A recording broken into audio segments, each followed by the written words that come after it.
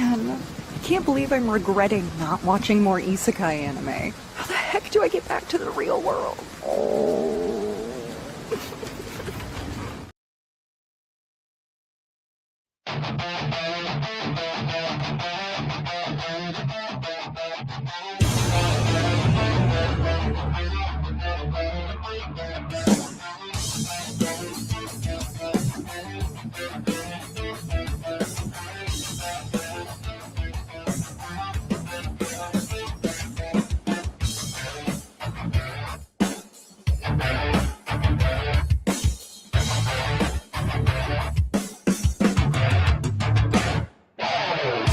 From the skies we came,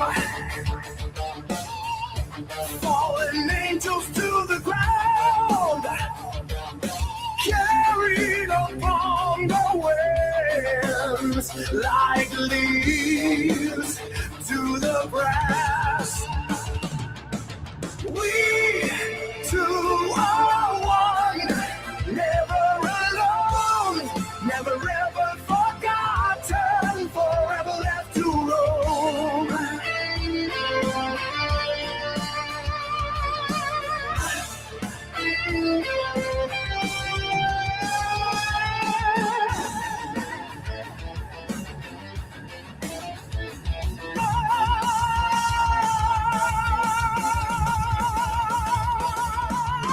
We dream of the skies, the stars, the planets, and the very hot sun thrown out from heaven. We two are one, never alone, never ever forgotten, forever left to roam.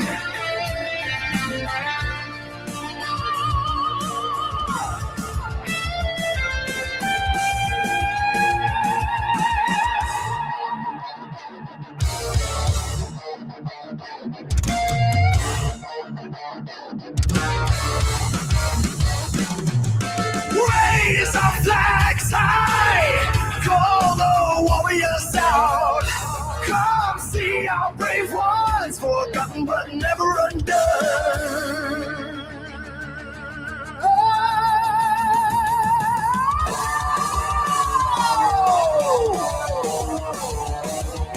We two are one, never alone, never ever forgotten, forever left to roam.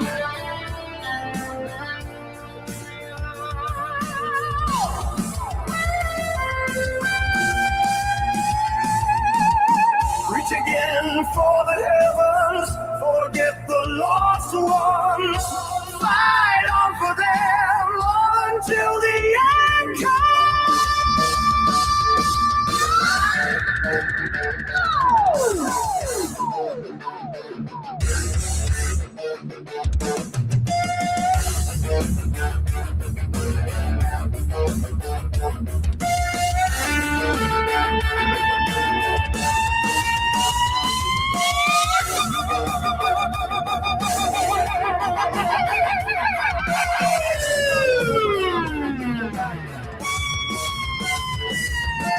We two are one, never alone, never ever forgotten, forever left to roam.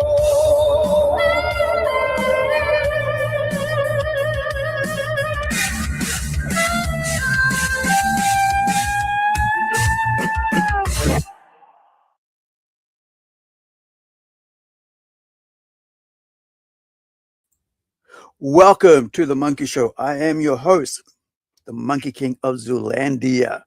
How are you all doing out there? Today we've got some quick follow-up on past discussions we've had, news items and so on, and then we're going to move on to talking about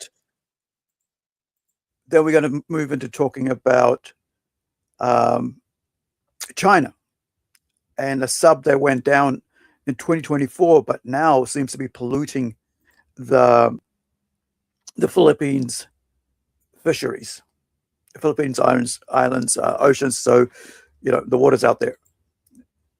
So we're going to start off straight away with this news that's coming out of Japan. Grok isn't confirming it or anything, but like a right angle news network here is putting out saying that breaking Japan's new right wing, they always say right wing, right? Basically, right wing is now the center right, I guess, center left.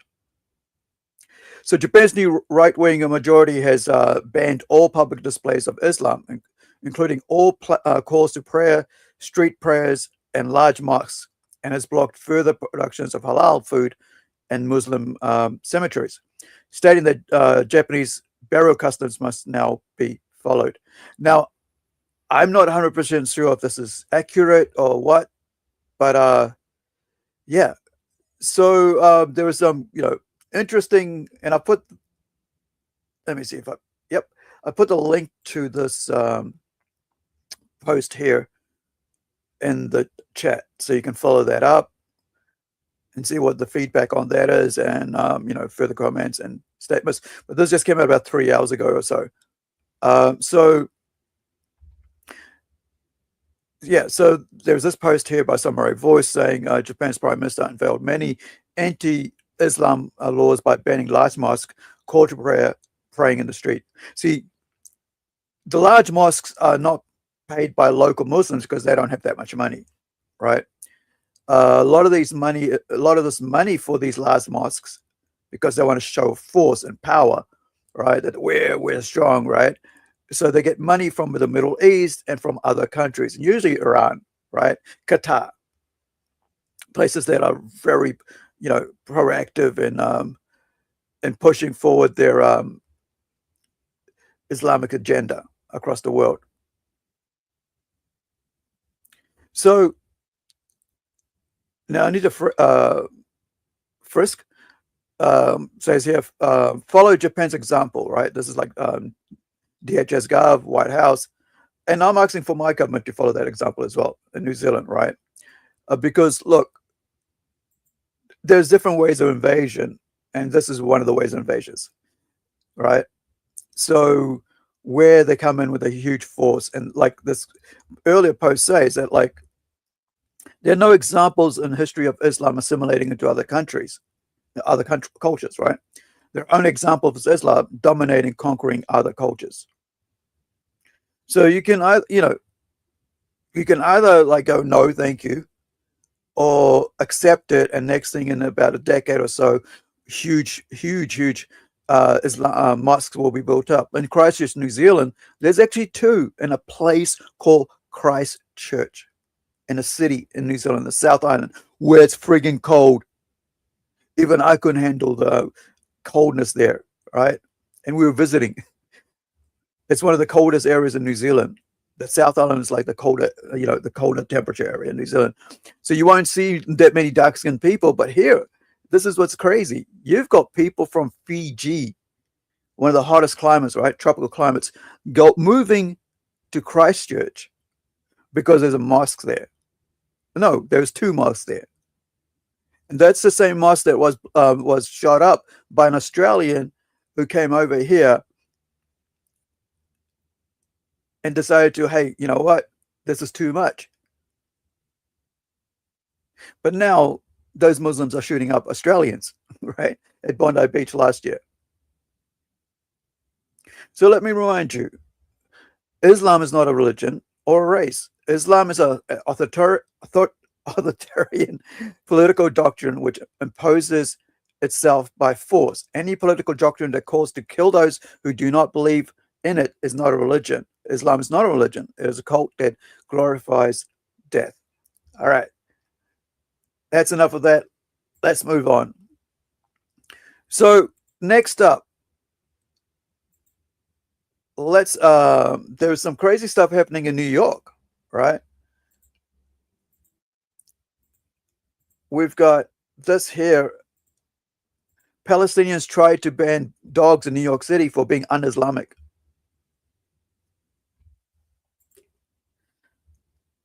Famous Palestinian activist calls for dogs to be banned as indoor pets in New York City because they are un-Islamic.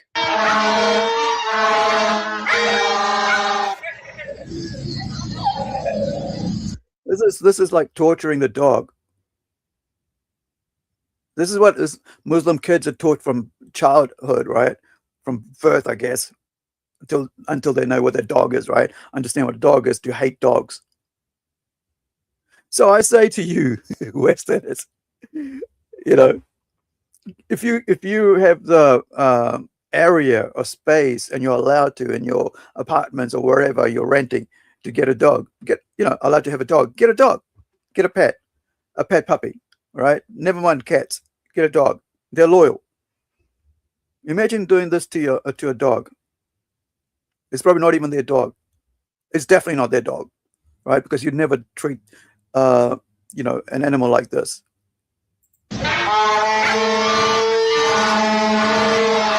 See, this is what Islam looks like. This is like, we're the dogs, and this is Islam, right?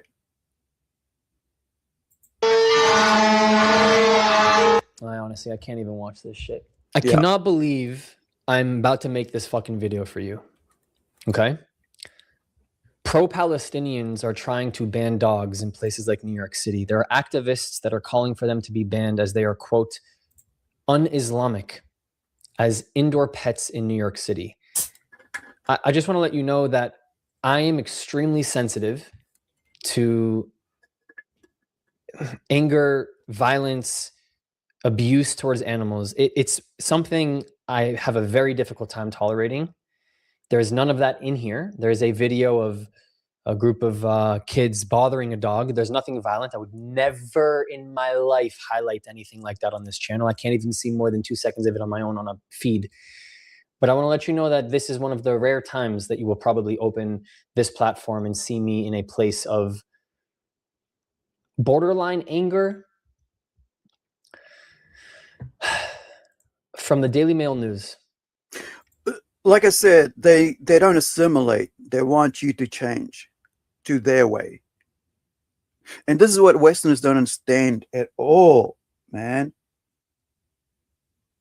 And people say like, oh, you're right wing, you're harping on, I got called out for like, what is that, grifting for the right wing. It's like, dude, I'm from a place, from an island where Muslims basically took over the Indian culture, right?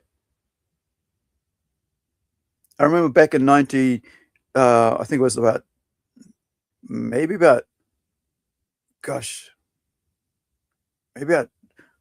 2006, 7, maybe.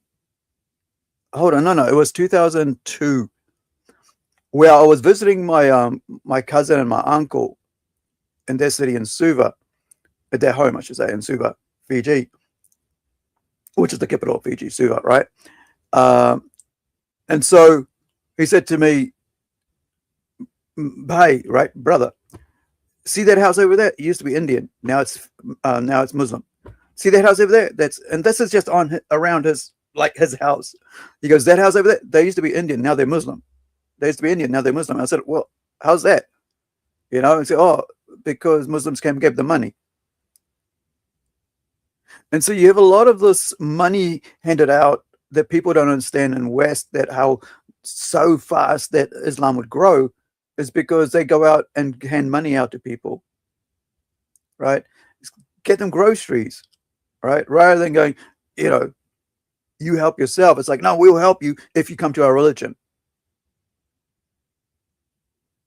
And now they want you to not have dogs. Man, I wish I was living in a house, right? In my own property and stuff. I'm actually renting and have been since I was like 16, right? There's times when I was going to buy a house and then just fell through, and stuff happens. Life happens. But I would definitely get a puppy because I want an Alamut. Those Alaskan wolf dogs. That's my favorite dog in the world. I would love one of those. Every Westerner should have a dog now. right? Like if you have the space, get a dog, man.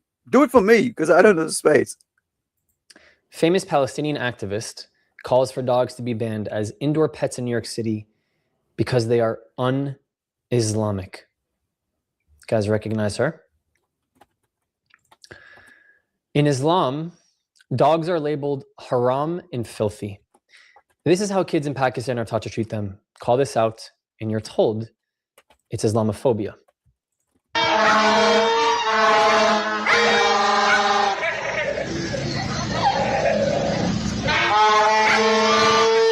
Like I said, they're basically torturing a dog, man.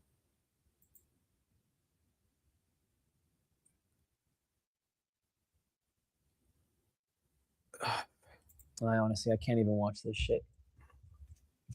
I can't even watch this shit. Jason Bedrick wrote on X, Jews don't eat bacon, but we don't lobby to stop others from eating bacon. Mormons don't drink coffee, but they don't try to ban coffee for others. The Amish, don't use electricity, but they don't try to shut down power plants. Islamism, as distinct from Islam, is a political agenda to force everyone to conform to Sharia law. We must resist the Islamists. I actually really love the way that this is written for several reasons. One, it is doing an objective comparison to other religions in modern society that do not try to get people to conform underneath their hood or ideology. Jews and rabbis don't sit outside handing out flyers on their important agenda to get people to convert to Judaism. In fact, if you ask anybody who's converted to Judaism, it is a robust, long, and hard process.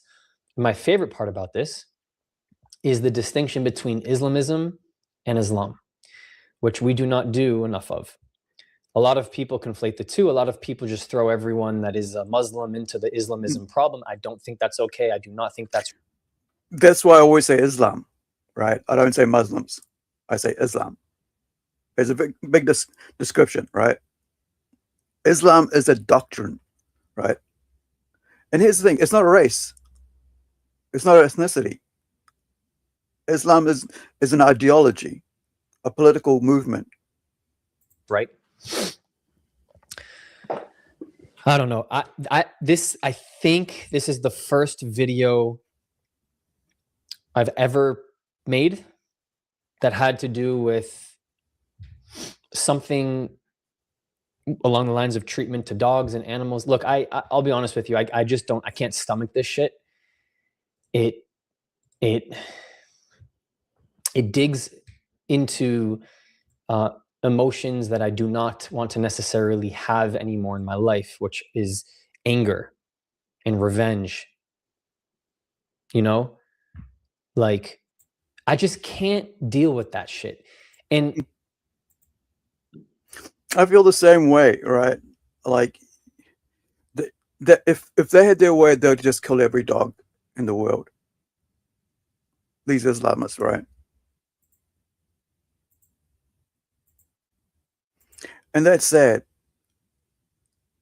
I mean, people mistreat dogs around the world, but they're the most loyal pets ever, right?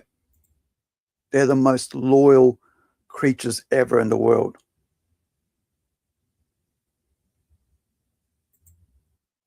And just to see these Muslims, Islamists, right, treating, and yeah, Pakistanis and so on, right, around the world, treating animals that are such great creatures and such, amazing animals this way. So next up, we got a clip from Esmond Gold about how. Wait, what happened there? Sorry, it's like there's two clips going viral. There was don't know what happened, but like it gave me a whole bunch of oh, I see what happened. I know what happened. Let me just do this and see if I can get that without. Yeah, here we go.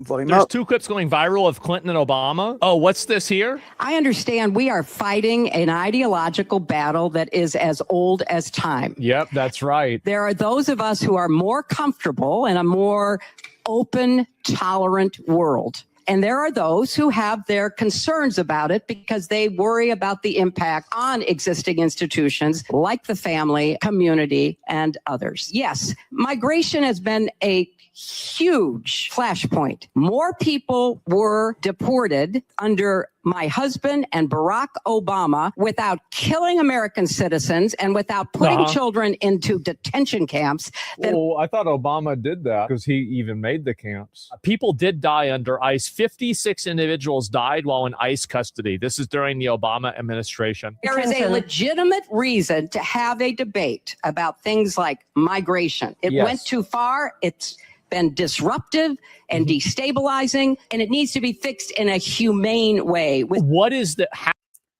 a humane way? Your parents came over here illegally, because that's what she's trying to get at, right? Kids. Parents came over here illegally, then they have children here who, while they're illegal. So without having, the best thing to do is not separate the family, move them all out. Oh, but they're American citizens. No, they're not. Their parents were illegal, therefore the kids are illegal, right? If the parents are illegal, then the kids are illegal. There is no such thing as humane way to remove people from your country that are legal. You just deport them. They came illegally, right? How do you humanely separate a family and then send that person who's not supposed to be here back to their country? We need to do it in a humane way. It's just code for we don't want to deal with immigration. And before you talk about, oh, well, you could do it more easily, we did do it more easily. We allowed people to self-deport. We give them money to self-deport. They don't do that. They know they're here illegally. They stay here, and then they fight with the police. But what is also... Yeah. And then they lawyer up because AOC basically says, we'll teach you how to lawyer up. We'll provide you lawyers. We'll get you training how to defend yourself against ICE when they come knocking on your door. Rather than saying, yes, I shouldn't be here. I broke your country's law. Therefore, I'm a criminal. Yeah, I might have actually raped some people. Yeah, I might have killed some kids. Yes, I might have drove under the influence of alcohol or drugs and ran over people, right? Or I might have robbed someone, or I might have done some home invasion and killed some old ladies. But no. AOC and Democrats are teaching them how to lawyer up against ICE to not get deported for being criminals and illegals in the country, right? It was okay when Obama and Clinton was doing it, right? But no, not under Trump. Basically, the American people voted for this, for the removal of criminal and illegals from their country. I have no idea, Elasmat. I have no idea. So I'm doing a solo today. It'll be a short one, but it'll be just me. But what is also true is that we're a nation of laws. We have borders. Yeah, and we've got to figure out an immigration policy that is fair and is enforced in a sensible way. We've got to accommodate the reality that the majority of the American people think that there's a difference between somebody who's a U.S. citizen and somebody who's not, and that they want See, he's using another qualifying statement. The majority of the American people believe. He's not using his own words. He's back when he was in power. It was about law. The American people, this is the law now. You're either a citizen or you're not. If you're not a citizen, you get deported. Right? If you come through the doorway, right, legally, then that's fine. You go through that process. Why should you be able to get over illegally from all around the world? And this is what people don't understand. It's not just Mexicans, South Americans. It's Indians. It's Africans. It's Asians, it's Chinese, it's Russians, right? It's Middle Eastern people, right? So people always concentrate like, oh, not the South Americans, they just our neighbors. No, they don't remember that these are able-bodied men that are coming from all around the world. right? And without papers, legal papers, they're basically going to be working on the table, right? Or they're going to get involved in crime. Or they're going to be human trafficked. I saw a video investigation by the newspaper, the TV station, where they were housing 11 Chinese working 7 days a week. I think it was about 11 to 14 hours a day. Going to the house, picking them up, 5 o'clock in the morning, dropping them off at 9 o'clock. 5 o'clock in the morning, dropping them. Everybody looking down, the neighbor said. They were watching the ground, looking at their feet, hollow-eyed. That's what happens when you're illegal. You got no rights. Right? We see that happen in New Zealand. Indians coming over here from India, taking the passports from the people that they got over, who paid them to bring over. They take their passports off them, even in my own city here, right? Took their passports off them and then made them work long hours, and they wouldn't let them go. They wouldn't let them release. It's basically like slavery, right? That's human trafficking, forced into freaking labor. And it was like this, man, I remember when because it was a restaurant, right? This really big, famous restaurant in Whangarei City, right?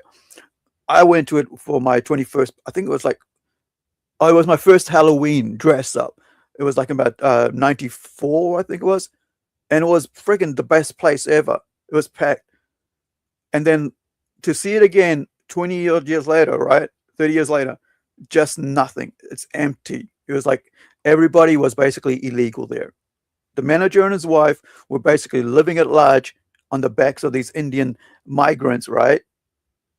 Who weren't even supposed to be in the country, right? But they got in there because there's people who are in our countries in the West who are basically selling out, who are migrants, by the way, who are basically taking money, thousands of dollars to get these people over here illegally, right? And then forcing them to work for them to pay it off. And that's what's happening around the world. And nobody wants to think about that, the exploitation.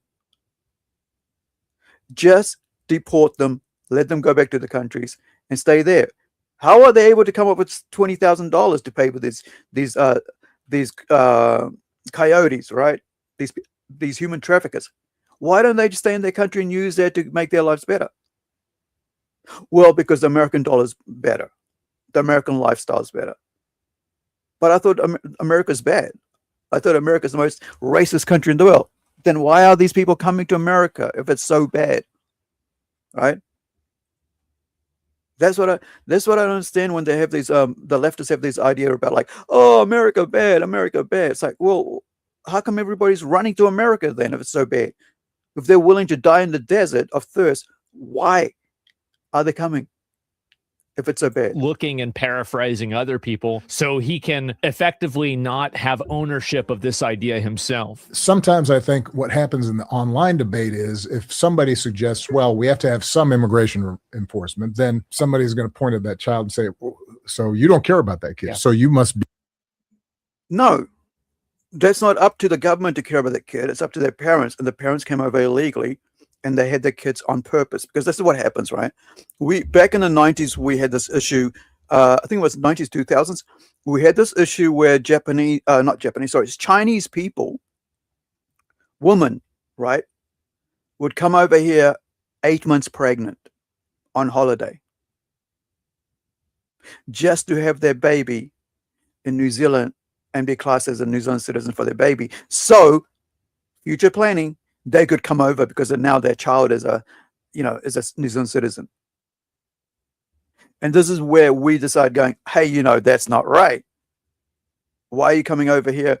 Why are you coming over here with being pregnant that late?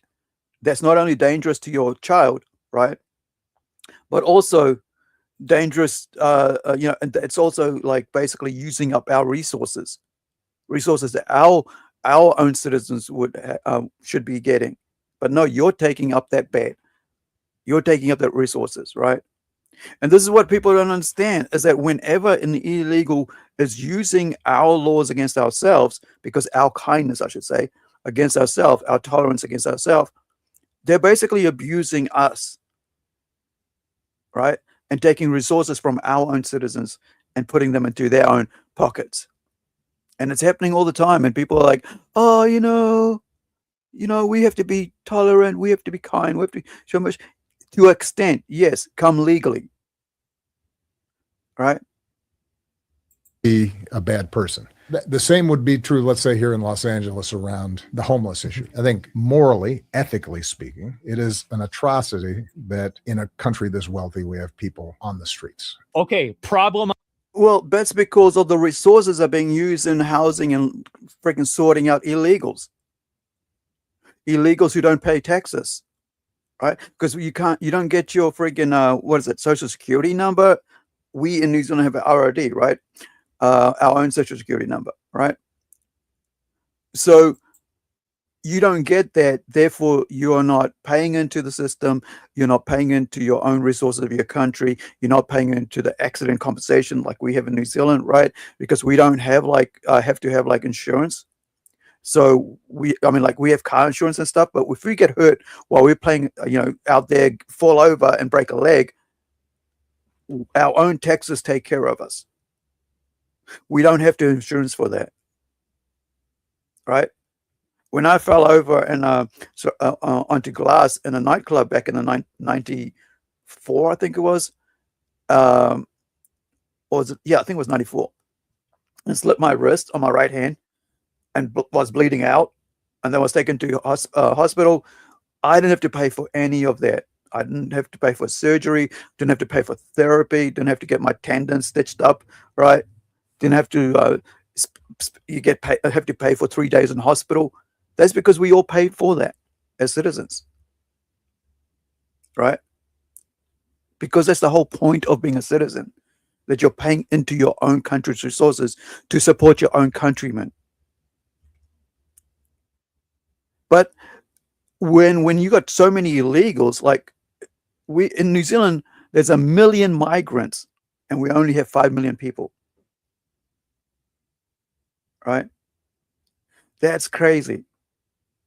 In America, there must be tens of millions of immigrants. Illegal ones I'm talking about. Right? Identified. Go get them. We simply say, you know what? It's not their fault, and so they should be able to do whatever they want. That's a losing political strategy. It's another time he's not giving his own opinion. Talking about this as a definitional thing. Times is the arguments that are taking place, but they become sort of performative, and people start He's right. saying, oh, you're selling out, you're being impractical. So let me just go ahead and explain it. So this is what you do with the homeless people. You just go around, round them up, put them in some house, put them in some area. If they're crackheads, you put them in a rehab. That's it. Problem solved. By the way, this is the moral and ethical thing to do. This is the main thing that annoys the fuck out of me. Whenever I see any of this, Obama saying this or Hillary Clinton saying this. That's a losing political strategy. It's a losing political strategy because it's fucking retarded. That's the reason why it's a losing political strategy. And this is why nothing gets done, because these people when there's a political strategy, they mean they want power. If it doesn't give them power, there's no point in them being able to, do anything about it. I want to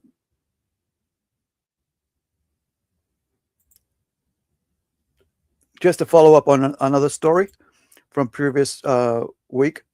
We talked about the whole the Winter Olympics and how these sports people, right, representing America, were talking about ICE and stuff and talking about immigration, things they shouldn't even be talking about. It's like when I say in concerts, right? When people go to when you go to another country and you play concert, don't talk about the country's politics. Just play the music and then get off the stage. Something big is happening, and the International Olympic Committee knows it. The ratings are slipping, the energy feels different, and across America, people are saying the same 3 words: turn it off. It's been a hard time for the community overall under this administration. It isn't the first time that we've had to come together as a community and try and fight for our human rights. This is not about sports anymore. This is about Team USA. This is about athletes like Amber Glenn standing on the world stage in Italy and saying that they have mixed emotions about representing the United States while wearing the American flag. Meanwhile, President Donald J. Trump, he's in office. ICE is enforcing immigration law. Polls from the New York Times, the ABC News, CBS News, and even the Marquette University, they're showing a majority of Americans support deportations. The country has clearly shifted, but some Olympic athletes are speaking like America is the problem. Sound familiar? This is the same backlash we saw when the NFL chose Bad Bunny for the Super Bowl halftime show, and millions felt lectured instead of entertained. Because you're speaking it in what they deem to be a foreign language. That is a legitimate point that the president made. That part. When you guys chose Bad Bunny for the Super Bowl, there was some blowback from that. I wonder what you make of that situation and what went into the decision to choose Bad Bunny as your Super Bowl halftime performer. He's one of the leading and most popular entertainers in the world. That's one of the funniest thing is, like, the #1 selling record right now is by Megadeth. Why don't you have Megadeth, an American band, 40-year veterans? I think it's about 45 now. Yeah, about 45-year veterans of music. Right? Why not have them? They've just released the album, #1 record in the world, right? Oh no, we'll get Bad Bunny. It was funny watching all those people, like, who were there not even look at the stage. They were like just bored. People at home, I've watched this old lady just go, "What is this shit?" This actual old black lady, about in the 70s or 80s, because she had white afro, like short white afro, like white hair. So she's about in her 70s or 80s. Because I'm in my 50s and I'm getting like grays, right? But she was like straight out there, white hair. And she was like, "What is this shit? Get on with the game," right? That's what we try to achieve on stage for us. It's an important element to the entertainment value. And I'm not sure we've ever selected an artist where we didn't have some blowback or criticism. Literally hundreds of millions of people that are watching. But we're confident it's going to be a great show. Here's the question no one in the media wants you to ask. What happens when regular Americans feel insulted by the very people supposed to represent them? Well, tonight we're going to go ahead and break down exactly why viewers are walking away and why this may be the biggest cultural inflection point the Olympics has ever faced. Be sure to stick with me, guys. Subscribe to the channel. And if you enjoy the video by the end, be sure to drop a like for me if I've earned it. Now, let's go ahead and start with the part that nobody... Yeah, do the same for me. You know, subscribe, like, leave a comment if you feel like I've earned it. Inside the Olympic Media Committee wants to say out loud. The vibe is different. Now, for decades, the Olympics were untouchable. Families planned their evenings around it. Classrooms rolled in the TVs. Y'all remember that with the VCR on there? Entire cities stopped to watch it. I mean, it wasn't just a sporting event. This was a shared national moment. Now, people are scrolling on past it, and you can feel it. The energy isn't excitement. It's irritation. It's fatigue. A lot of people don't even know that the Olympics are going on right now. I didn't even know. Like, seriously, I didn't even know the Winter Olympics were on. I don't even know when the Olympics are on, or the Summer Olympics, right? Or the Commonwealth Games. I've just opted out, just like with the award ceremonies, you know, for movies and stuff, or even music. I just have opted out. It's like, even though I'm online every day, all the time, because when I'm working, I'm on my tablet, right, on my Wacom. And I have a screen on, and I have another screen on side by it. So, you know, I have 3 screens on at the same time, so I'm able to catch up on different things all the time. News items, you know, collecting clips for the show, you know, throughout the day whenever I see something come up that look interesting. But nobody cares anymore. It's a participation awards thing, right? You go there, you do your thing, and you go home. You know, you do your best and you go home.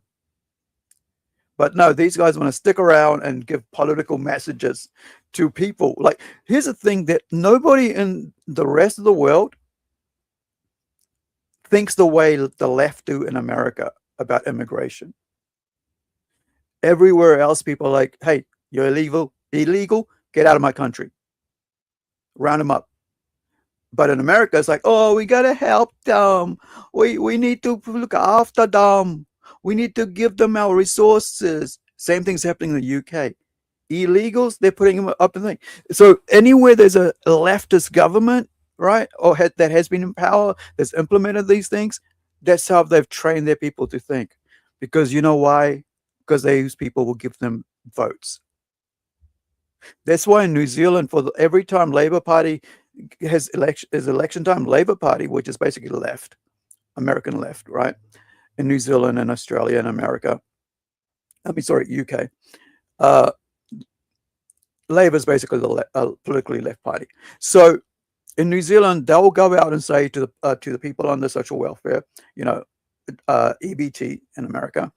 I'm not sure what they call it elsewhere, but it's UB40, unemployment benefit, right? So they'll go, well, vote for us, you people who are having to rely on unemployment benefit, or people like me who actually aren't allowed to work due to injuries, right? Neck and spine injuries. So we'll give you $20 extra a week if you vote for us. That is crazy. It's like, so who's going to pay for that $20 extra in my pocket? Well, the taxpayer, the hardworking people.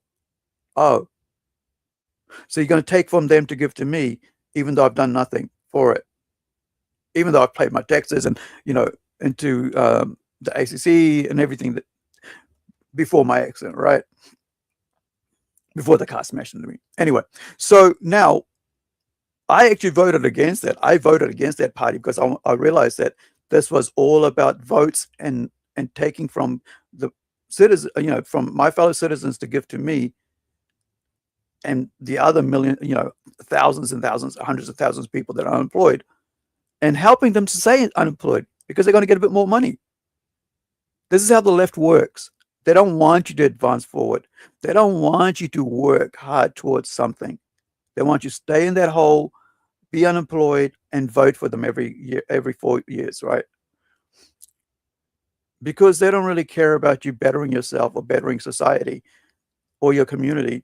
They just want the vote. They'll do anything for the vote. And they would go to the Pacific Island community, and they would go to Fiji community, they would go to the Asian communities, and they'll go there and they'll go to the churches, and they'll go, oh, we will look after you, vote for us. Not like for New Zealand, we will take care of everybody, vote for us. We'll take care of one people, all of us. We'll look after all of this. No, we'll look after you, Pacific Islanders. No, we'll look after you, Indians. No, we'll look after you, Asians. That's how they divide. Leftists are really good at dividing people. They say they're all worried about unifying. No, they're very, very divisive political ideology, I should say, leftism. Have become. And when viewers say, man, turn that off, this is not laziness. This is not apathy. This is a decision. This is not just about ratings charts. This is about cultural rejection. This is about Americans sensing that something sacred representing your country is being treated casually. Sure, I understand. You worked your ass off since you were born to get really, really good at a sport. You made it to the Olympics team, not even an alternate.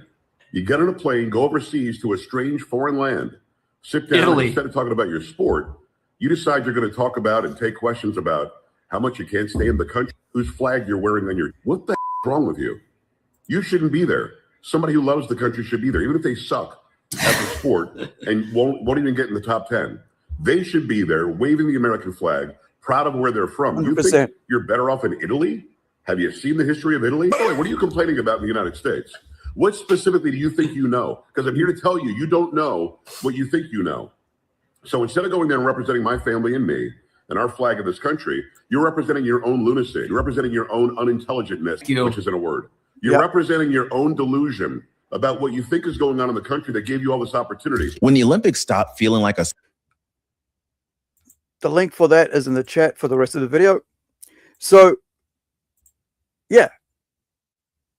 If you're wearing the flag of my country, you represent all of us. You're not a solo act anymore. So stop pretending like you're a solo act, saying what you think our country should be doing. and in this case, America should be doing, right? It's like your left brain does not compute, right? Like they say, back in the 80s when computers first came out, it was like G.I. Joe, right? Garbage in, garbage out. If your coding is wrong, you're going to get trash coming out, right? Rubbish in, rubbish out. And a lot of the leftist people, they don't know history.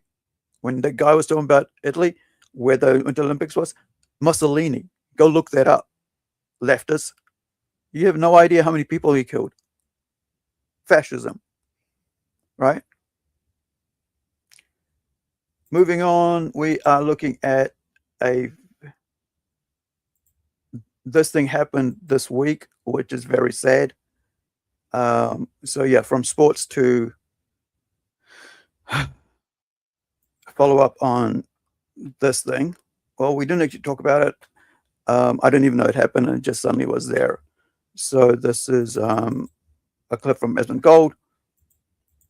I think it just popped up yesterday. So I haven't been able to look at more detail, but this is not cool. What? Wait, what? A trans man in Canada who stabbed his... Wait, what? Good morning. It's your favorite hobo you love to hate. I just wanted to do a check-in. Atwood was arrested but then released until his next court date. An 8-year-old child whose esophagus was severed in the attack faces several months on a feeding tube. Atwood's social media social media platforms, including Discord and Facebook, have had posts mention the attack since his arrest. I stabbed a hole in his shoulder, yes, but held it shut until EMS arrived. He's talking about an 8-year-old child. He stabbed an 8-year-old child. Yes, I stabbed it, but I didn't slash it like that at all. I was trying to. Why was this person let out? Because he was arrested but then released until he stabbed an 8-year-old child. And let people know that I am living in his car. Safe. I'm being secure. I have... Atwood was arrested but then released until the next court date. An 8-year-old child whose esophagus was severed in the attack faces several months on a feeding tube. Atwood's social media platforms, including Discord and Facebook, have had posts mentioning the attack since their arrest. I stabbed a hole in her shoulder, yes, but I held it shut until EMS arrived. Yes, I stabbed her, but I didn't slash her like that at all. I was trying to remain optimistic given my situation, but it doesn't mean that I haven't been remorseful. It sucks and I apologize. I'll just take my space and do my therapy. Taking care of. Wait, he said I lost my mind for a second, but not that much. I double checked Wiki's arm after too. Apparently, I must have talked to the wrong people. Dude, like we said, the mental health is just rampant amongst the trans people. Sucks and I apologize. I'll just take my he stabbed an 8-year-old child. Space and do my therapy. Taking care of my needs, and I am just chilling until I actually go for my sentencing. And yeah, I did kind of realize that we do have. Why isn't this freaking dude in jail for manslaughter?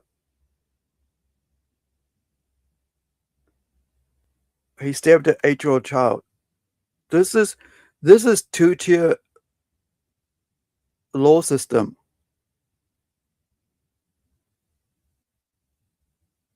If this was a normal straight person, or someone just not crazy, right, or a trans lunatic like him, they'd be in jail.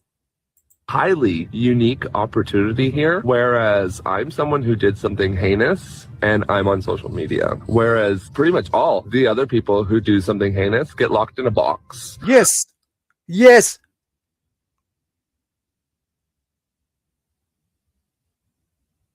Even he freaking sees how stupid this is.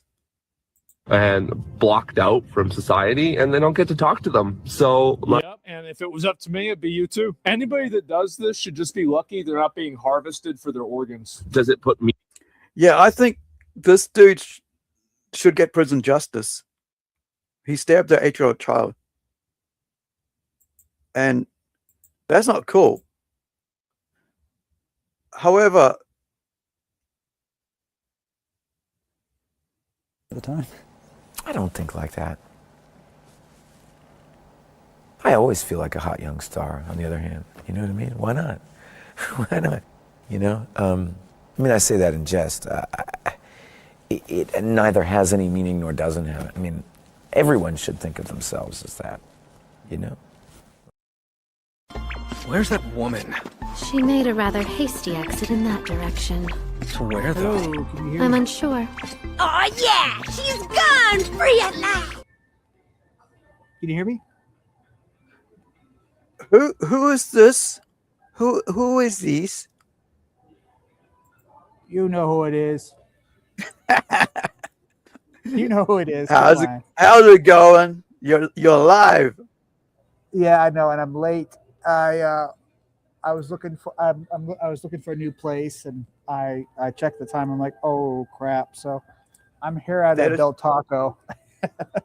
That's all right. I mean, I knew you. Yeah, you got crazy stuff to do. So yeah, I wasn't going to stress out about it. So Yeah. welcome, Timothy. Lesmet was asking for you. Yeah, he was. He was. All right. So this dude we're looking at is called Alice Atwood, and he stabbed in. Before you laugh too much, Oh, no, I'm he not stabbed laughing in. at the name.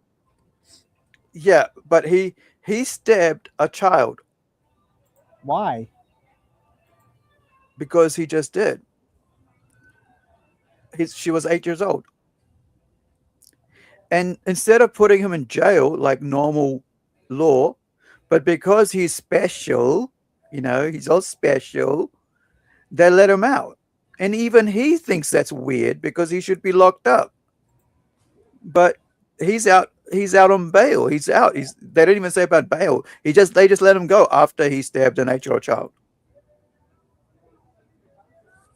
That guy's a monster. By the way, yeah, and that's why I'm hoping for prison justice, because he's laughing about it. He's worrying about his self-care. He's like, I'm here on social media when I should be locked up. So anyway, I hate that voice I do, but like, yeah, all right, it deserved this voice for that. So Timothy, Lesmo says Timothy was busy with blood sports, and of course you go, nah, I did not start it, but I will finish it. Well, okay, so for a few years now, a certain person has been poking him at me, you know, here and there for literally no reason. I didn't start it with him. I don't know what I said or what I did, but we had a falling out. I blocked him. And like, I don't know, a while passes. He messages Edwin and has Edwin send the message that he wants me to unblock him. We make peace on Rex Christensen's YouTube show, and I thought, okay, all good. And I even share out, like, you know, like when he tweets about his, you know, book or the book he never finished because you know Ice Age is coming or some bullshit, and and so he sends me a DM on X where he's spurging out, and I don't know what I said, but I said I blocked him because I have no time for this bullshit. I said to myself, if he doesn't come out with that book by the end of 2025, I'm all in on this motherfucker. Yep.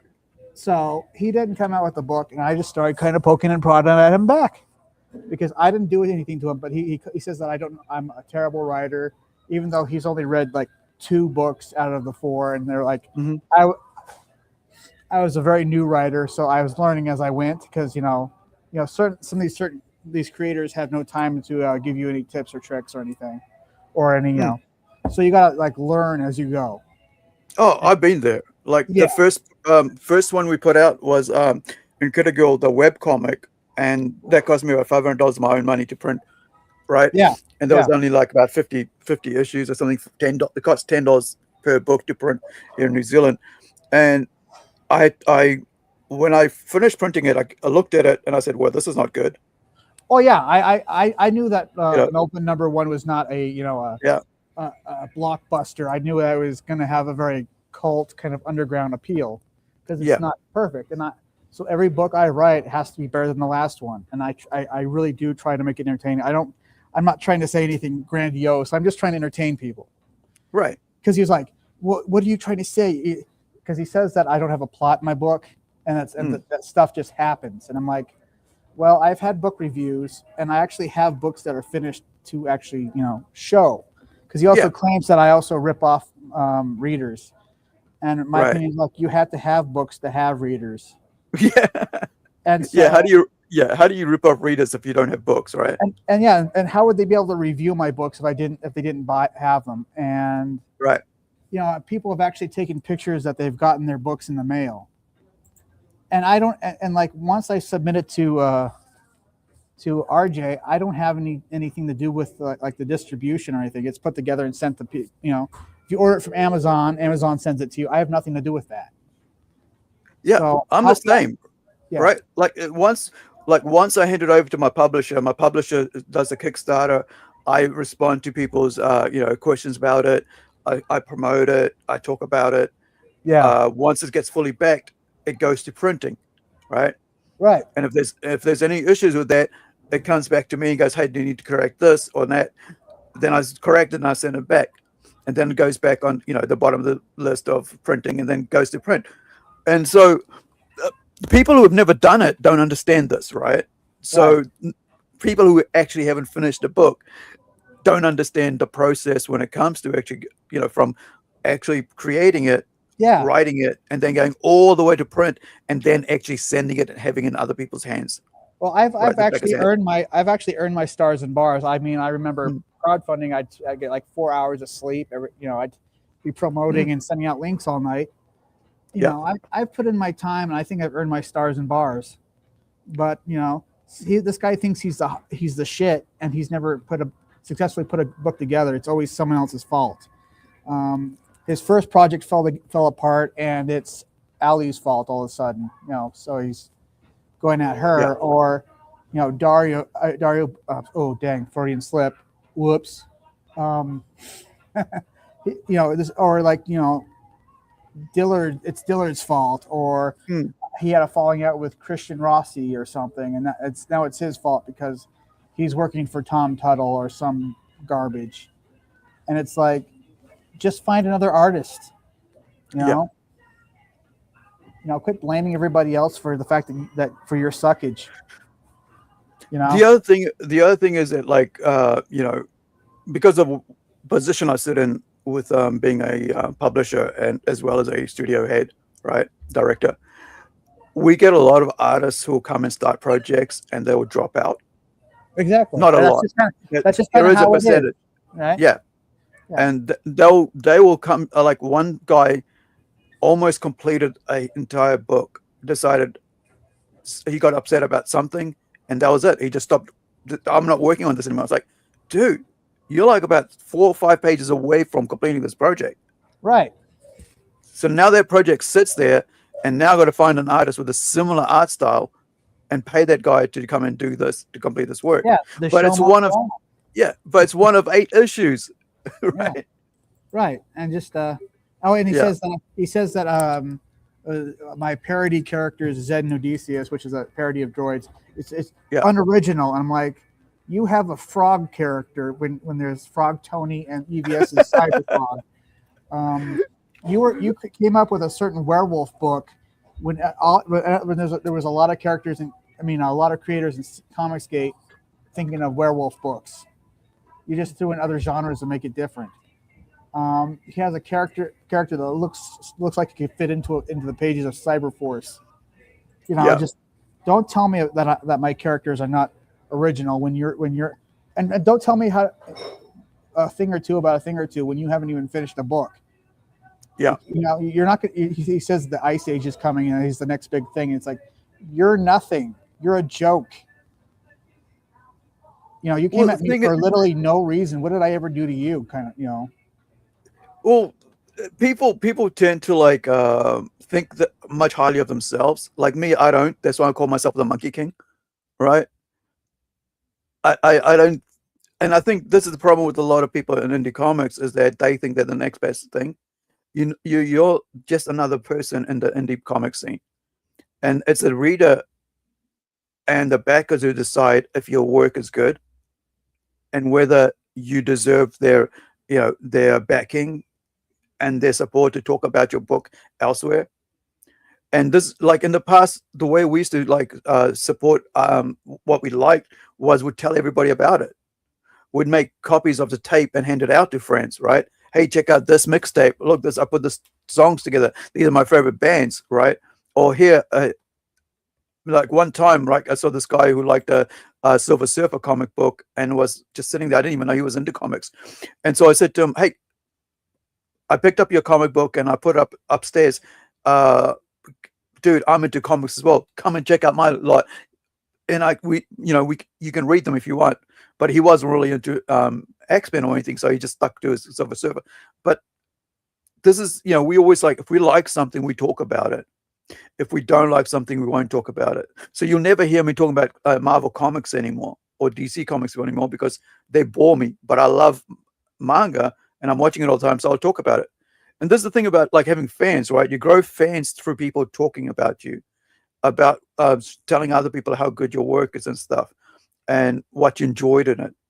And a lot of times these people, think they're going to be the next big thing as a creator, but they're not. It's really the backers and the support we get from backers and readers that actually help us be where we want to be.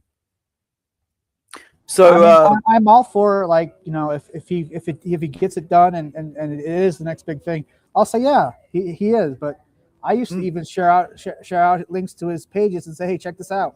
But then he turns around and attacks me for no reason. So that's all I have to say about this mess. Well, I think myself and we're in the same boat. People are out here attacking us for no reason, even when we don't attack them, right? Right. I've just had that in the last couple of weeks. You know about that. I was called a right-wing grifter for Muslims. Because I'm like all of a sudden talking about Muslims and Islam. Right. Sorry, I said Islam, not Muslims. Yeah. And I just want to say that I never said I was the best writer in the world. I just want to entertain people, and if people like what I do, awesome. If they don't, I'm sorry. There's so many other books to choose from. That's all I have to really say about that. Okay, so we'll leave that there, and we'll move on to the next subject, which is we're going to cover this for the next 30 minutes, and that'll be the last thing for today, because we have a friend who's streaming as well, and I don't want to cut into that. So we're going to be talking about. So this happened in 2024, right? September. 2 years, I guess 2 years ago. And so a Chinese nuclear attack submarine sank during construction, USA's, right? So this was taken from Google Earth satellite. And so they were building a submarine and it just sunk. Now, what happened with this is it's one of these crazy things, right? Because it was being built, the safety things went on. And now it's causing a problem in the Philippine Islands, and it's poisoning the ocean and the seas there. So let me get where is my, I think this is the one here. And we're just going to watch this through once it pops up. Here we go. Move this, bring this on. So yeah. All right. So after 2 years, it is now pouring out iodine 129, which I'm not a scientist, so it takes me, all I'm going to say is it's radiation. That's not good for you. Not good for fish, and not good to have it in fish because it's gonna it's if you eat this stuff, it's not good for your body. And I mean fish, eating it, and then we eat the fish, right? So let me get this last link, and here we go.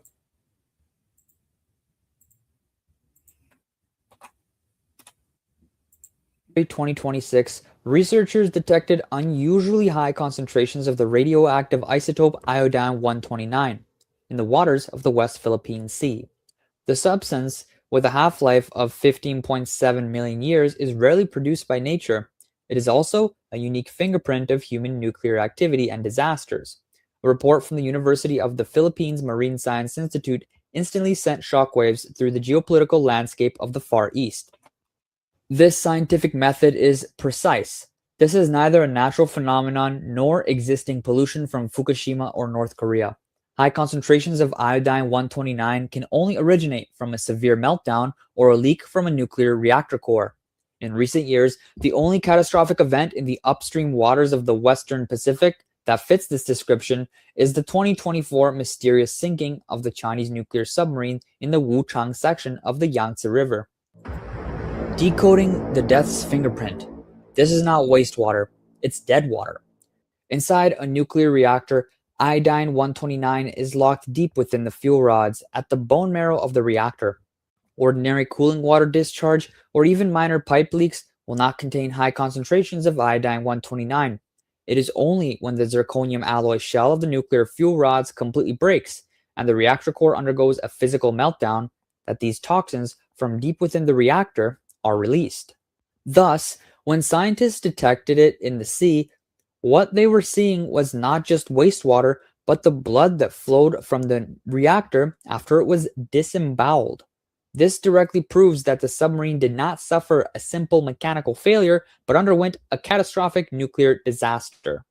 Aside from its terrifying 15.7 million year half-life, for the human body, the substance also has a deadly biological deception. The human thyroid needs iodine to synthesize hormones, but it cannot differentiate between good and bad iodine. When you consume seafood containing iodine-129, your thyroid treats it as a nutrient, actively absorbing and locking it inside the gland. Once it settles in, it begins emitting beta and gamma radiation inside your body. This is not external radiation. It is zero-distance internal bombing. It continues to break DNA strands, leading to thyroid cancer, metabolic disorders, and genetic mutations.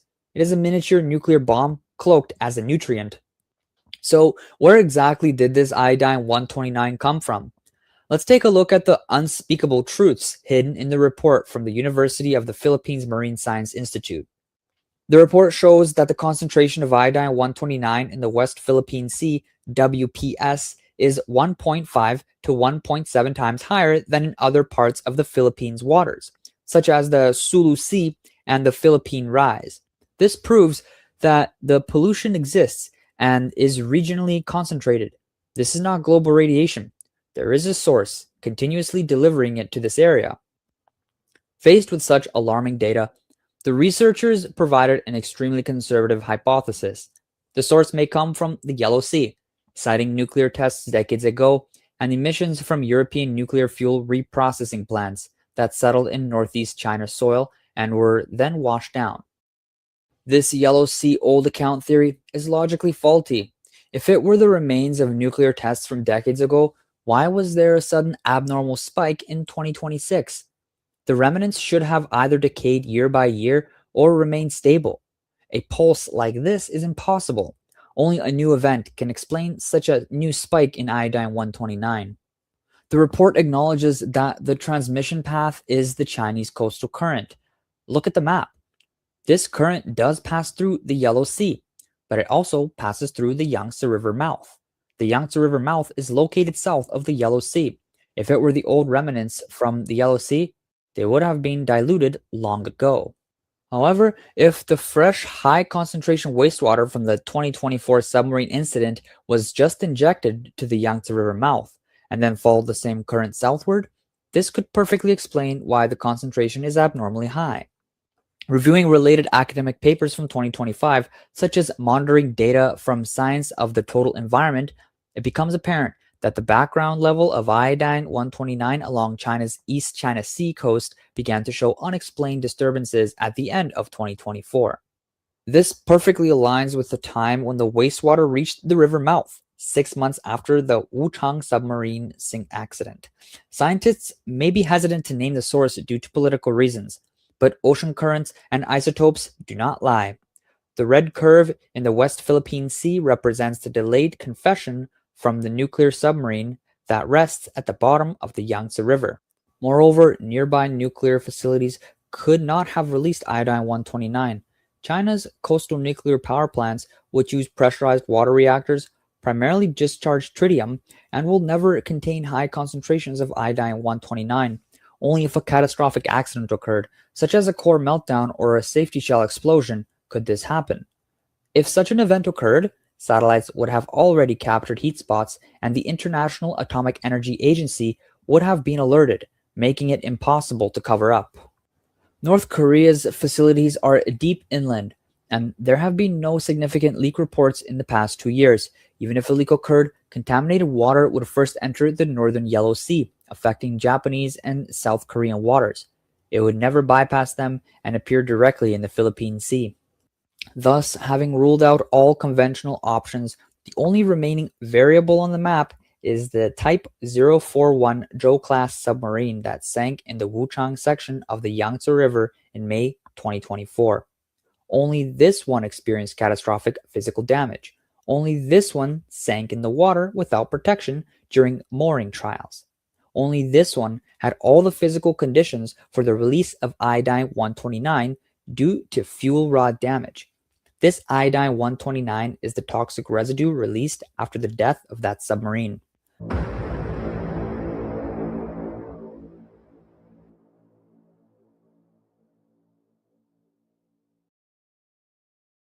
Let's turn the clock back to May 2024. At the Wuchang shipyard, a Jo Class nuclear submarine representing the latest technology of the Chinese Communist Party, CCP, sank into the Yangtze River in broad daylight like a rock. Many people might ask, just because the ship sank doesn't mean it will leak, right? If it was in a cold shutdown state, it's just a hunk of scrap metal falling into the water. The problem is that at the time, the submarine was undergoing mooring trials, and its nuclear reactor was in an active state. When the submarine sank, the external power supply was cut off. The cooling pumps stopped instantly. The reactor core, which was operating at high temperatures, lost its cooling circulation, while cold river water flooded the compartments, directly impacting the hot upper walls of the reactor. And extreme thermal expansion and contraction caused catastrophic brittle fractures in the pipes and pressure vessels. The iodine-129 inside was released like floodwaters from an open gate, mixing with the ink.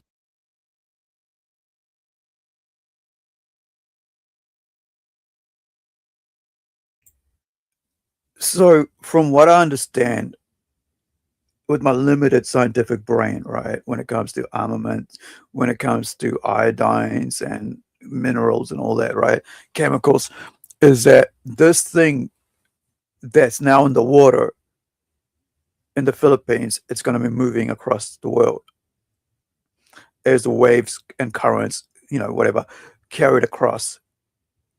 Or once it's inside the fish, and as the fish migrate, they're going to be carrying it out around the world, right, for generations.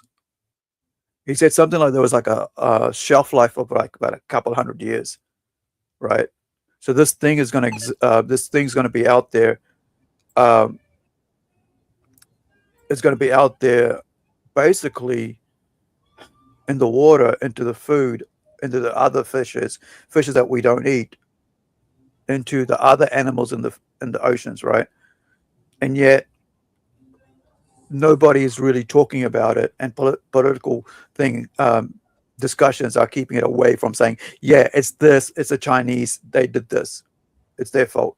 Just like the COVID thing, wasn't in Wuhan, but we know it wasn't Wuhan because they shut it down, and they shut down the scientists who were saying that's from Wuhan. So what is the rest of the world going to be doing about it? Because this sounds like an environmental kind of catastrophe that we should all be working on fixing. I don't know, man. I really don't know, because not many people are talking about this. The first time I mean, I remember watching this happen 2 years ago, right? With this going down, because I actually pay a lot of attention to things coming out of global news all the time, daily actually, and so I saw when the news came about this thing, the ship's submarine sinking, right at the dock. I was like, whoa, that's pretty crazy. And then 2 years later, to realize that there's this thing, this very, very bad iodine that isn't good for our human bodies is leaking out there and it's getting carried away in the currents. This is going to be dangerous, like you said, environmentally, but really for food, our fisheries, right? Our food source, and what else is it going to do? But to the environment, right? It's pretty scary. I was thinking about it, when we have a fallout like radiation on Earth, right, on land, it's really bad. Like you remember that train crash when all that chemical, I think it was in Ohio, about the same time, maybe 2 years ago, and it leaked all that chemicals into the air, and all that chemical was in the waterways, and the water was looked like it was oil on top, and I was like, man, that's really now happening in the water, right? It's in the ocean, but in a different way where you don't see the chemicals. It's actually just leaking into it without even noticing.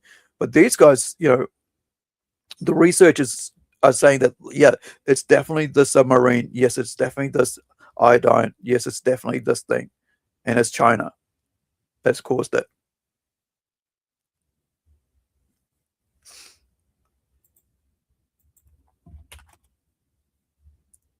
Coming I was river just water. looking something up. This was an under. Sorry, bud. Carry on. Oh no, go ahead. I'm looking up something. Just continue. Okay. Water implosion. While there was no mushroom cloud, the highly toxic radioactive material silently entered the Yangtze River. Why would a nuclear submarine sink at the dock? Because at the critical moment of the main system failure, the PLA's proud backup system also failed. Senior military analyst Jeffrey Wang pointed out that nuclear submarines are equipped with backup power and emergency venting systems. If the main power fails, there are backup motors. If the backup motors fail, there are massive battery packs. Thus, the sinking of this submarine points directly to the deep corruption within the Chinese military-industrial system. Since the rocket force's missile fuel might actually be laced with water, and missile silo covers can fail to open, why should the Navy's submarine backup batteries be exempt from being substandard products? The PLA, with the mindset of, there's always a backup, no need to worry, ended up cutting corners on both systems. As a result, when both systems needed to function simultaneously, disaster struck. But we can't simply summarize all this with the word corruption. We must dive deeper into the PLA Navy's radical technological roadmap to examine the situation. The sunken Jo Class nuclear submarine is essentially a Frankenstein from a technological standpoint, a monster forcibly stitched together for political performance targets. Traditional nuclear submarines are either purely nuclear-powered or use conventional diesel-electric propulsion. However, intelligence suggests that in pursuit of the so-called fast-track approach, the Jo Class submarine likely adopted an unproven hybrid propulsion system, nuclear power plus lithium batteries. They attempted to use lithium batteries for ultra-quiet, low-speed cruising, and nuclear power for high-speed sprinting. The nuclear reactor requires an extremely stable cooling environment, while the giant lithium battery pack is notoriously unstable and dangerous. Placing a high-temperature reactor next to a flammable and explosive lithium battery inside the narrow pressure hull is a nightmare in terms of engineering safety. It is highly likely that the battery pack experienced thermal runaway during charging or testing, triggering a fire that spread to the reactor's cooling circuit, causing the dual failure tragedy. This is a suicidal design flaw. In addition to the reckless design, there was a loophole of basic craftsmanship. After the Soviet Union collapsed, although the CCP gained access to some kilo class. Just before we go into the Soviet Union connection, oh gosh, no, I forgot my train of thought. We'll come back to that. What kind of iodine is it? 129. Ooh. Okay. Yeah. Hold on. Yeah. How about Okay. 129? After the Soviet Union. Yeah, 129.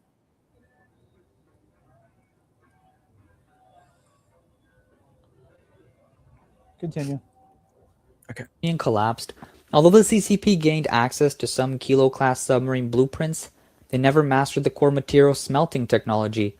The submarine's loop pipes must withstand extremely high pressure and radiation, requiring special low cobalt stainless steel or zirconium alloys. However, in the military industrial system's layers of subcontracting, these critical pipes were likely replaced with civilian grade steel. Under the double assault of freshwater corrosion and thermal stress, these knockoff pipes became as brittle. See, China has this whole propaganda machine that they spend billions of dollars in the West promoting themselves as we're the most advanced, we're the most technically sound, we are so far ahead of the world, we're better than America, we're better than the West, we're so advanced. But the problem here is the West does R&D. They spend billions and millions and dollars or whatever for whatever project they're doing in research and development. Chinese basically take what they can get from that and they copy it or steal it or bribe people to send them the information or sell them information, right? And then they take that and they make their own thing and then say, yeah, we're so advanced. But the problem here is they never understand the reason certain things are used in certain places is because of years of research that's what works and that's what's safe. So these guys take these research from other countries and these designs and stuff, and they make their own. And they, when it comes to working, it doesn't work. See, that's a lithium battery I was talking about. So lithium battery, right? The power packs, like the remote power packs, whatever, the ones where you just put your phones on it and it just charges without any wires. Those things made in China are now called that are copies of American brands, basically are blowing up. They're catching fire all by their own selves. There was a hotel fire, I think it was in Hong Kong or in Japan, right? That was caused by that. There was one on a plane that caught fire. And so planes have now said it like, no, you cannot bring in these portable chargers, right? These wireless portable chargers because they catch fire. Imagine being in the sky and somebody snuck one on or didn't even realize they had it and wasn't checked, right? And it catches fire. The entire plane now is on fire and it's falling out. So I would never get a portable charger, man. After hearing that, I was like, shit, no wireless portable charger for me, for my phones. I'm okay with the wires. Thank you very much. Yeah, it looks tacky. It's, another friggin' wire that's lying there. I'm okay with that, right? If that's going to help make me feel secure and safe. And this is why whenever somebody says to me that, oh, look, China's so advanced, I'm going, I know enough about how China works and know that whatever you're talking about, you haven't researched enough to talk about that, right? Understanding the propaganda. You're believing the propaganda, right? So these guys basically use cheap human, like house grade steel instead of like industrial military grade steel. Oh, that was the other thing I was saying. Americans, the reason there's so much money put into into the army and military is because the cost to make everything top grade, right? As far as my research, the incident right now is considered too small to endanger the rest of the planet so far. I think the people who should be worried is probably the people who live around the Philippines. Yeah. And Philippines, like with the other thing I want to show you is Philippines basically has been coming under attack from China for ages, like all the time, daily. They're like the military, has been basically the Chinese ships the Navy, Chinese Navy, is encroaching upon the Philippines oceans, right, and seas. And now, like I'm going to show you this one as we finish off here, they've been pushing and bullying Philippines for ages. And so Philippines has now just said to America, we want all in with you guys. We can't. And this is what people don't understand about China, is that China's been bullying the Asian islands, Asian countries for a while now. And so what's happening is that while everybody, the left in America is going, America bad, the Asians around the world are going, please help us. Singapore, right? In this case, Philippines, right? America, India is going, yeah, we want to side with you against China, right? Only the silly people don't understand that, like, you know, Russia, Iran, and Qatar, North Korea, and China are detriment. You know, their way of doing things is against humanity, right? See here, they use this one clip here. I'm just going to show you guys as we finish off. This is to do with like Chinese using cyanide, right, in the Philippine waters to catch fish, right? They're not fishing in their own areas. They're fishing in somebody else's waters, right? And then using cyanide to catch those fish. Welcome to the program. A Philippine Coast Guard air patrol detects Chinese vessels inside the country's exclusive economic zone. The ships were spotted shortly after the Philippine Navy drove out Chinese boats that were using cyanide to harvest. So when they say exclusive economic zones, which means there's like I think it's about 200 miles, right? Around a country, that's your water, that nobody's allowed to enter that zone from another country without permission from that country's water, right? So we can't, like, we had this a while back in around the 2000s and 90s when the Chinese used to come into our waters and chase, you know, friggin' fish, whales and stuff. Even Japanese back then, right, under another government was doing that, and we were like, no, you're not going to get away with doing that, right? And so there was a huge anti-Japanese sentiment in the Pacifics because we saw that they were like pushing their weight around. Now it's the Chinese who are doing it, right? So Japanese are now just under new leadership and just said, no, we're not going to do that. We're going to, you know, mind our own business. We're going to fish in our own waters. We're going to look after our own ecosystems, right? But now you've got, you know, Chinese moving everywhere in everybody's waters. Australia, New Zealand, Pacific Islands, just fishing because they say they got 1 billion people. They haven't. They've got 600 million people, right? 600 to 800, but definitely not 1 billion. Inside the country's exclusive economic zone. The ships were spotted shortly after the Philippine Navy drove out Chinese boats that were using cyanide to harvest fish from the Ayungin Shoal. Jesse Cruzat reports. A Philippine Coast Guard aircraft flew on Tuesday morning to conduct a maritime domain awareness flight within the Philippine exclusive economic zone. During the patrol, Chinese vessels were again spotted, including a China Coast Guard ship with bow number 3106, sailing 59 nautical miles west of Iba, Zambales. Not far away, a People's Liberation Army Navy ship with bow number 575 and another unidentified vessel were also spotted. The only instance na masasabi nating tumaas talaga significantly yung China Coast Guard and the PLA Navy warship is whenever they are also monitoring a high number of Filipino fishing vessels that are supported by BFAR and even the Philippine Coast Guard. Meanwhile, the Philippine Navy now has custody of the confiscated gallons of alleged cyanide from 3 Chinese nationals caught fishing in the waters of Ayungin Shoal last Friday night.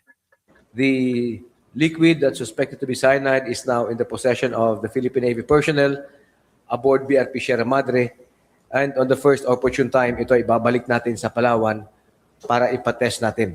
The Navy cannot have it as a protocol. Kaya nga, minabuti nila na i-release nilang, again, baka i-charge pa tayo for humanitarian reasons. The National Maritime Council reiterated the Philippines' rights in the West Philippine Sea issue. According to the Council, the Philippines has filed 49 diplomatic protests against China, despite China's declaration of Bajo de Masinloc as its nature reserve last September. Our sovereignty is not up for debate. Our duty is not negotiable. Through the National Maritime Council, we have continued to strengthen coordination among our agencies, support our frontliners at sea, and make sure every action we take is anchored on law. The Council added that in the third quarter of the year, from July to September, a total of 256 fishing boats of Filipino fishermen in the West Philippine Sea received supplies and assistance from the government, including fuel and groceries. The government, they say, will not stop conducting maritime domain operations and patrols in the West Philippine Sea, a sign of the country's commitment to upholding and defending its sovereign rights over the disputed waters. Jesse Cruzat, ABS-CBN News.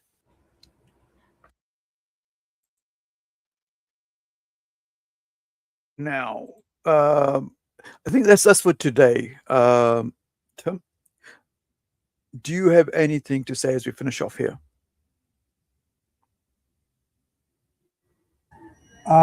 Nothing out of the ordinary. Just sounds like the world is pretty fucked. Oh, and click on my linked tree and buy my incredibly horrible books. They're incredibly awful, and you'll love them. Thank you. Yeah, the link's in the video description or stream description, as they say. If you like what we're doing here, if you want to support us, all the links are there. But also like, share, subscribe. This is the MPST show, which is the monkey politics and shit throwing show, and we do this every Monday, Sunday, US time, Sunday, Monday, New Zealand, and then also Friday, Saturday, which is Saturday, New Zealand time, Friday, US time. So thank you for hanging out with us, guys. Yes, yes. Hopefully next time I'll be on time and not forget. Well, I mean, you're pretty busy trying to sort some stuff out that's very important to you, so I don't mind. Yes. Yeah. Okay. All right, guys. Thank you so much. We'll catch you in the next one. Have a good week. Good week, I should say. We'll catch you on Friday, Saturday, and wherever you are. Be safe and take care of yourself and each other, family. And we'll catch you on the flip side. Ka kite ano. Catch you on the next one. Nope. Can't stay here anymore. I gotta get back. I think this was the spot. Oh Lord, I beseech thee, please return me to my old life. I swear I'll do anything. Like, literally anything. And I won't bother you again, so pretty please bring me back to life.